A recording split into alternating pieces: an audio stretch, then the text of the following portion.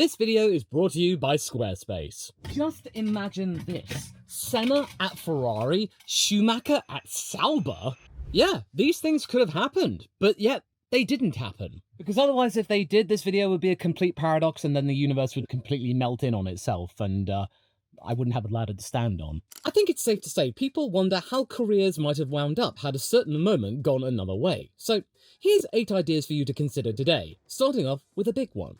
What if Max Verstappen had joined Mercedes instead of Red Bull? Now, this one is quite simple to begin with. Toto Wolff is going to keep reminding us at every single opportunity that Max Verstappen could have easily been one of his prodigies, but alas, it wasn't to be. The machinations of why Max didn't end up being part of his team were simple. It was just going to take him too long to go through the Mercedes butter churn in getting into Formula 1. The pipeline would have meant probably some time in GP2, maybe 2 seasons, then maybe getting a seat at either Williams or Force India, since that's what happened with Esteban Ocon in 2017 and what was going to happen for Russell in 19, he would most likely have become the team's reserve driver under the watchful eyes of Hamilton and Rosberg. Possibly debuting in 2017 perhaps if he was willing to wait that long, if it was looking very, very, very clear that Mercedes' era of dominance was going to be lasting a good long while, because there were no guarantees that with the 2017 adaptations that Mercedes would have actually continued to be so dominant, but, well, as we now know they did. And also, Max would have made his F1 debut after the age of 18, so we would have never had that rule which stated that no driver under the age of 18 would be able to contest in Formula 1, whereas after the Verstappen rule, they wouldn't have been able to do so. So yeah, come 2017 and Rosberg's retirement, we could have seen a Hamilton-Verstappen lineup, and can you imagine that? Oh, that intra-team rivalry would have probably been way bigger than the likes of Prost and Senna. 1 decade on from when Lewis dropped the bomb against Fernando, Max would have dropped the bomb against Lewis. Oh, the story would have written itself. But yes, I think it would have been safe to say that points would have been taken away from one another, and this could have actually provided Sebastian Vettel a golden opportunity to go for the 2017 world title. Certainly the 2018 title if they were to persist, Max and Lewis. I mean, the constructors as well. That could easily be an open boon since Kimi and Seb, they were tight. And arguably, with Max being around for a couple of seasons in a reserve capacity, there could have been some protests from Lewis himself saying that Max shouldn't get promoted for this reason or that reason. And if Lewis had been winning world championships, he would gain more and more clout and a bit more pushback against whatever decision Toto had in mind. But then this is Toto's team, he would have to make the call. Would he decide to back the world champion that is getting those titles? Or does he look at the prodigy that he's got in the junior ranks and as a reserve and then put him in anyway? And I don't think it would be ideal for Max and the Verstappen camp either, because it would all be revolving around politics. And politics is not what Max is all about. He just wants to go racing. It would be so much more complicated within Mercedes. Come on. As for Red Bull, I think it would have been a lot more harmonious. Robbed of its prodigy, they might have promoted Carlos Sainz alongside Daniel Ricciardo. And with both men relatively diplomatic, it may have actually been quite a harmonious relationship. And Red Bull might have had a different reputation to the one it has today. Far less cutthroat. I could easily see that partnership lasting a good few years. No need for Daniel to play musical chairs. So, yeah, Max would have had access to the fastest car in the turbo hybrid era, no question. But the route to get there would have been a lot longer, a lot messier, and a lot more revolving around politics and diplomacy and far less straightforward than the Dutchman would ideally like. Now, my next idea is about what if Michael Schumacher decided to jump ship from Benetton to Sauber in 1993. Wait, hang on, Sauber. Wait, are you on one, Law? No. This is actually legit. This could have actually happened. You see, before F1, Michael was a Mercedes sports car driver and worked with Peter Sauber in that discipline. So when the time came for Peter to start up his own F1 team with Mercedes backing, there was reportedly a clause in Michael's OG contract with Mercedes that meant should that team enter F1, Schumacher would race for them. Understandably, that failed. Eddie Jordan couldn't hold a candle to Flavio Briatore when it came to contracts, and I doubt that Peter Sauber had a leg to stand on either. I don't think even Mercedes had any heft against the might of Flavio. So yeah, Benetton managed to hold on to the German all the way through 1995. But what if we ended up in a scenario where Mercedes pushed back even more and they did win out, and Michael Schumacher was pulled away from Benetton after just 1 and a bit seasons with them, and then ended up being one of the pioneering drivers of the Sauber operation? It would have meant debuting for a truly rookie outfit, really from the ground floor, and Michael would have had that team entirely to himself. Whoever would be his teammate would be his patsy, the second fiddle. It would all be about Michael. I mean, arguably Benetton was becoming all about Michael because, Michael completely trounced Nelson Piquet in 1991. Then there was Martin Brundle to be had, who was a good little boy toward him. But no, Sauber, it would be even more obvious because Mercedes had previous that Michael was onto something. Granted, it would have been a golden opportunity for Michael to build a team around him from scratch, but as is evident from Sauber's time in F1, it rarely got close to being called a front runner. Maybe with Michael's insights and focus it could have been different, but it was truly a ground zero movement, so Michael would have had to log midfield mileage for a couple of seasons, whilst Williams and Ferrari and Benetton, they would have gone on to collect silverware. And without those early championships to his name, Ferrari would have never even considered the likes of Michael Schumacher to help them get out of a rut around the mid-90s. Alesi and Berger might still have been there, so the dream situation that we saw with Ferrari and Michael in the 2000s would have never have come to pass, or if it did, it may not have lasted as long, and we might have had a completely different hero at the top of it. Conversely, had Sauber been able to get much more backing, with Mercedes providing a little bit more support, since, well, Michael and them, they were like that, then maybe their infrastructure could have been a little bit more robust. Sauber might have stuck around with them for a little bit longer instead of jumping ship over to McLaren. It might have ended up with a Mercedes works operation blossoming in way before the likes of 2010. We may never have had McLaren Mercedes. They would have just completely focused around the world of Sauber, and then as things rolled along and there was more and more success, and if Mercedes got really, really serious, the Sauber name might have disappeared entirely. We might have had a Mercedes Works Formula One team with Sauber engineering backing them up in terms of infrastructure and the day-to-day. Again, it would really, really depend on how committed Mercedes wanted to be in terms of Formula One, and considering they were making engines for a long time and they are still making engines to this day, yeah, they are quite committed to Formula One.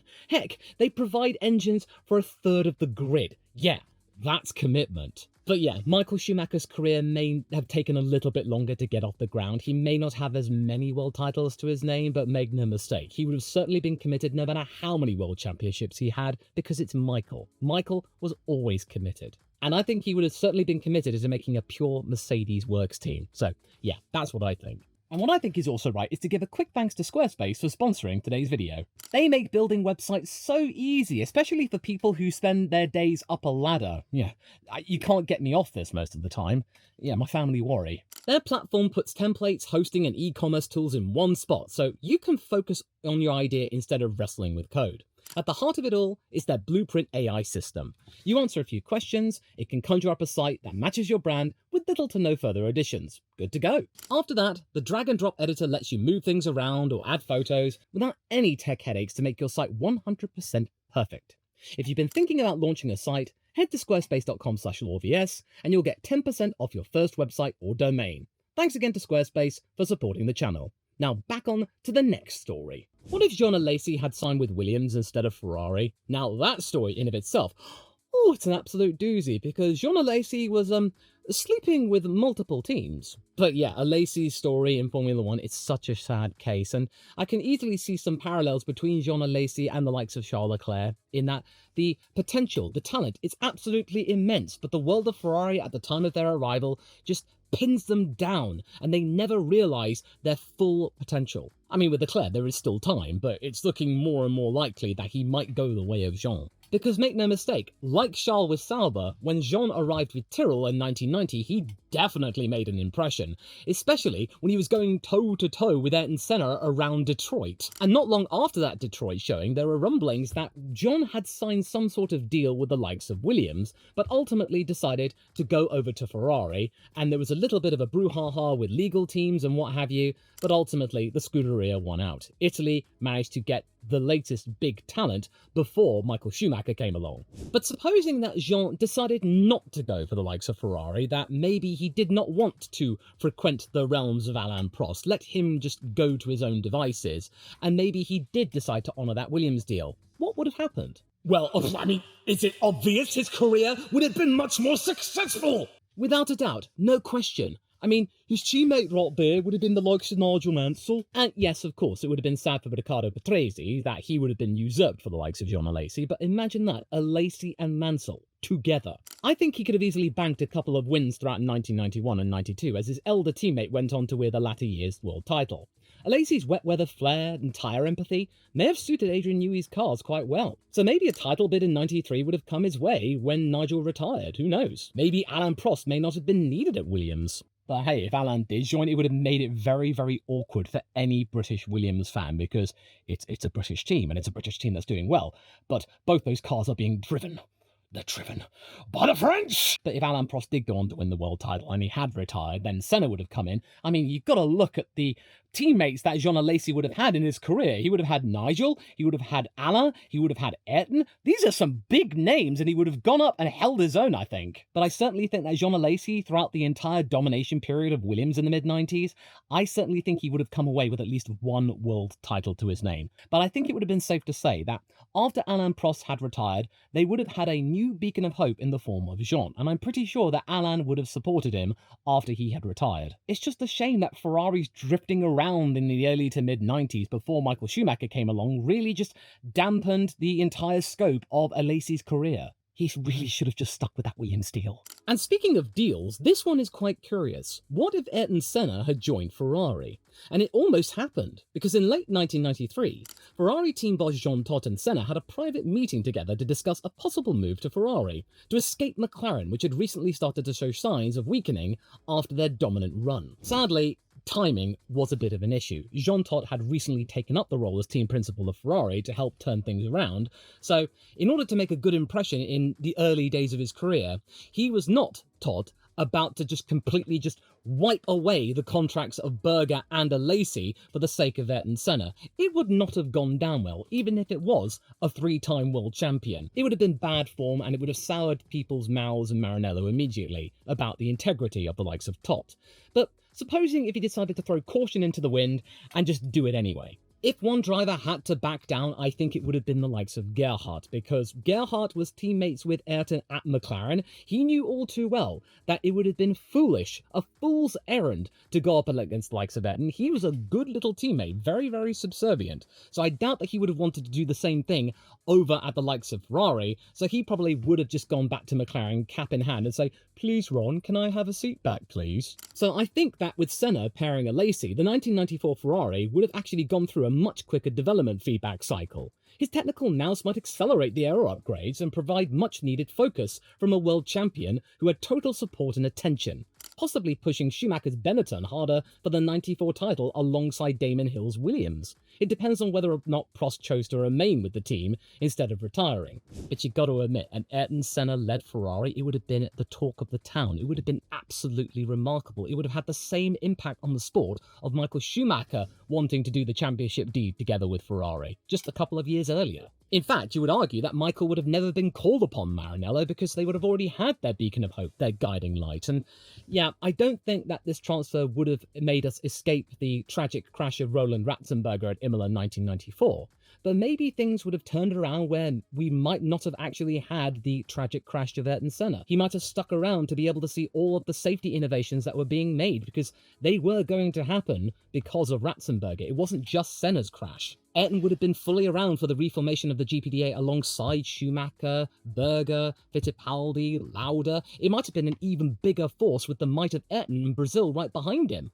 The safety innovations may have been even more comprehensive, and potentially winning a world title, at least one, with the likes of the Scuderia. And speaking of tragedy, what if Robert Kubica's rally accident hadn't occurred? He was a rising star before that crash in 2011. Many of the front-running drivers of the time rated Robert immensely. Thankfully, he has found immense success with Ferrari and World Endurance, but after his accident, his future looked bleak in the imminent weeks. Without his horrific crash, he likely would have led Renault as they transitioned to Lotus in 2011, before partnering Alonso most likely at Maranello in 2012. Because make no mistake, around 2012 there were many discussions regarding many midfield drivers in Formula One about who could partner up with Fernando Alonso. Felipe Massa was looking incredibly weak, but fortunately for the Brazilian, he was able to survive all the way through 2013 because, simply put, well, they ultimately just couldn't come up with any options, and Kubica had his accident. That took one name off the table. Hulkenberg had been named and stuff like that. yeah, Robert would have certainly gone over to Ferrari to partner up with Fernando, and I think they would have made a good pairing. And I think Kubica's strong analytical style and tyre management would have actually been a good foil alongside the likes of Alonso. Ferrari would have made a really good run for the Constructors' title against the likes of Red Bull. It would have either meant that Robert would have had a good run for the title itself if Fernando was off of his game, or maybe if Fernando was able to do all the stuff that he did with the 2012 Ferrari, which was make a boat sing to the heavens of the gods, then potentially it could have easily been that little bit extra which would give the Spaniard his third world title, and he might have stuck around with Maranello that little bit longer. Longer term, Robert probably would have stayed with Ferrari for a good long while, and there would have been no reason to get rid of him. That maybe he might have been able to help them through the turbo hybrid era. It would have really depended on what would have happened with Fernando, had he stayed or decided to go off to McLaren anyway. If Alonso Kubica remained, it would have blocked Vettel's 2015 move, because you wouldn't have had Vettel and Alonso at the same team, two world champions duking it out at once. And Sebastian, he was in a hurry. He probably would have signed for anybody who wasn't Red Bull at the time.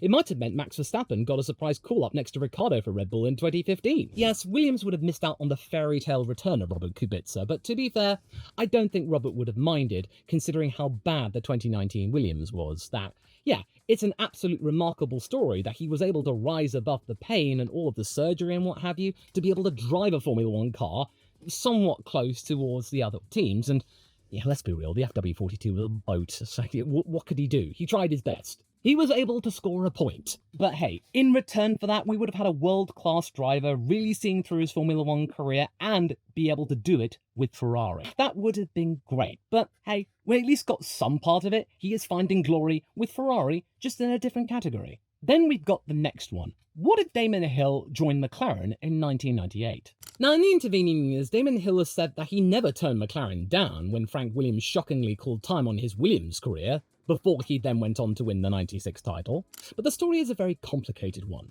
Some claiming Hill viewed Ron Dennis's offer as an insult after having won the title the year before. Imagine if it worked out. 1998, you would have had the likes of Damon Hill, the 96 world champion, with the golden boy of McLaren, Mika Hakkinen, in the MP413, an Adrian Newey designed car.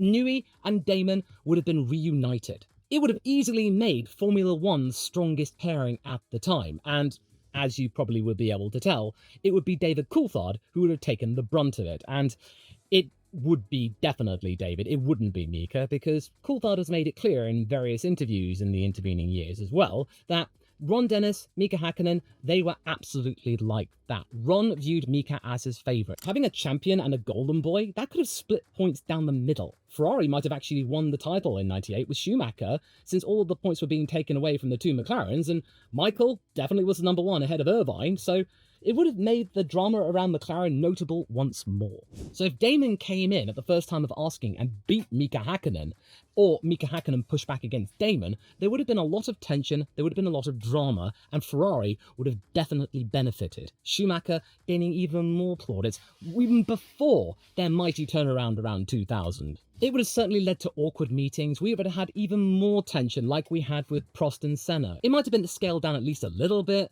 but McLaren wouldn't have been in a very healthy position.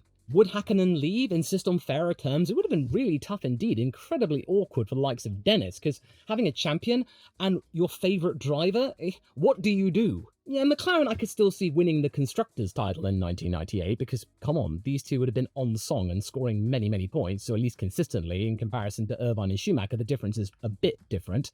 And as for Coulthard, he probably would have found solace with the likes of Jordan or Stewart. The internal rivalry, though, it would have been ugly. But yeah, for Ron Dennis, that's nothing, it's a Tuesday. Then the next one, I think everyone would like to see. Everyone wants to see the 33rd win for Fernando Alonso, supposing if Fernando had just made different team choices, much less choices, and right ones. Because yes, I think the best thing to say about Fernando's career is that, yeah, right team, wrong time. So if we went back all the way to the 2008 season, and Red Bull apparently offered Fernando a seat for 2009, so maybe had he remained there right at the beginning of Red Bull's soaring up to the top, with an Adrian Newey-backed car, then Fernando's dream would have been realised 17 years earlier than it actually is, well, in reality. It would place him in the car right next to Sebastian Vettel, and the 2010-2013 run would have been an absolute barnstormer, at the expense of one Mark Webber. I mean, come on, do you seriously think that Sebastian would have made way for Fernando? Give over. Alonso's relentless racecraft and better starts might grab at least 2 of those 4 crowns that Red Bull got, leaving Vettel with less prestige to his name, and also with more of a furrowed brow. Alternatively, had he not joined Red Bull and went to Ferrari and remained there past 2014, instead of blowing up and then going back to McLaren for a second time, he could have ended up with at least 1 more world title. In each scenario, Alonso's legend grows. It would have been simply far more straightforward than just going back to McLaren for a second time and then suffering with them for 4 seasons. Surely after that first 2015 go-around, just going, no, I don't want part of this, I'm going to go somewhere else. Because seriously, I think if Fernando was actually signalling he wanted to go to another team, Red Bull probably would have taken him. You know, because Daniel Kvyat, Alonso, Ricciardo at Red Bull 2016, that's not bad in of itself. But yeah, he would have had titles, whether at Ferrari or Red Bull, take your pick. Well, I mean, getting that title with Ferrari would have been very sweet and very good for history. And then speaking of history, what if Lewis Hamilton had the Jensen effect and had loyalty skew his judgment and he stayed with McLaren for 2013 and beyond? As you may know all too well from historians, insiders thought that Hamilton's leap to a then middling Mercedes was career suicide.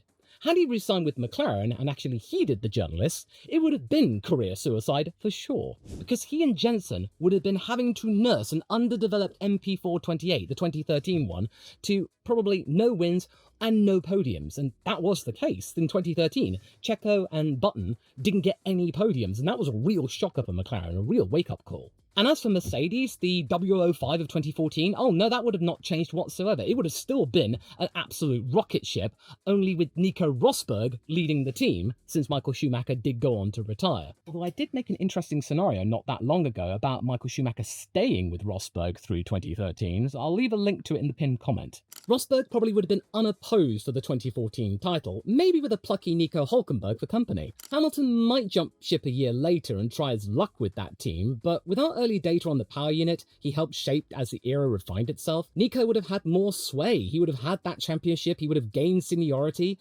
Lewis could have wound up playing second fiddle, or not having as much freedom and influence as he would have had if he joined in 2013 originally, before the regulation switch up. And then if Hamilton decided to stay with McLaren anyway, thinking that 2014 would have been better, since Mercedes did have a good engine to be fair, then we might have had a nice little blip tick upwards thinking there might have been hope, but when Honda came around, it might have ended up being a false dawn 2014. It would have been absolutely dreadful. The unreliability of Honda, Ron Dennis's insistence in making a very tight package around it, it would have made all of the data look absolutely awful. It would have dragged the standing of Hamilton even lower. I certainly think that Lewis would not have become a global icon as he is today. And Mercedes, sure, they would have lost out on a global icon in of themselves, but they would have also had a car that would have attracted world champions. It would have not mattered much to them because they would have been able to tempt the likes of Vettel, Alonso to their wake, and Rosberg may not have liked it, but at that time Mercedes would have had the clout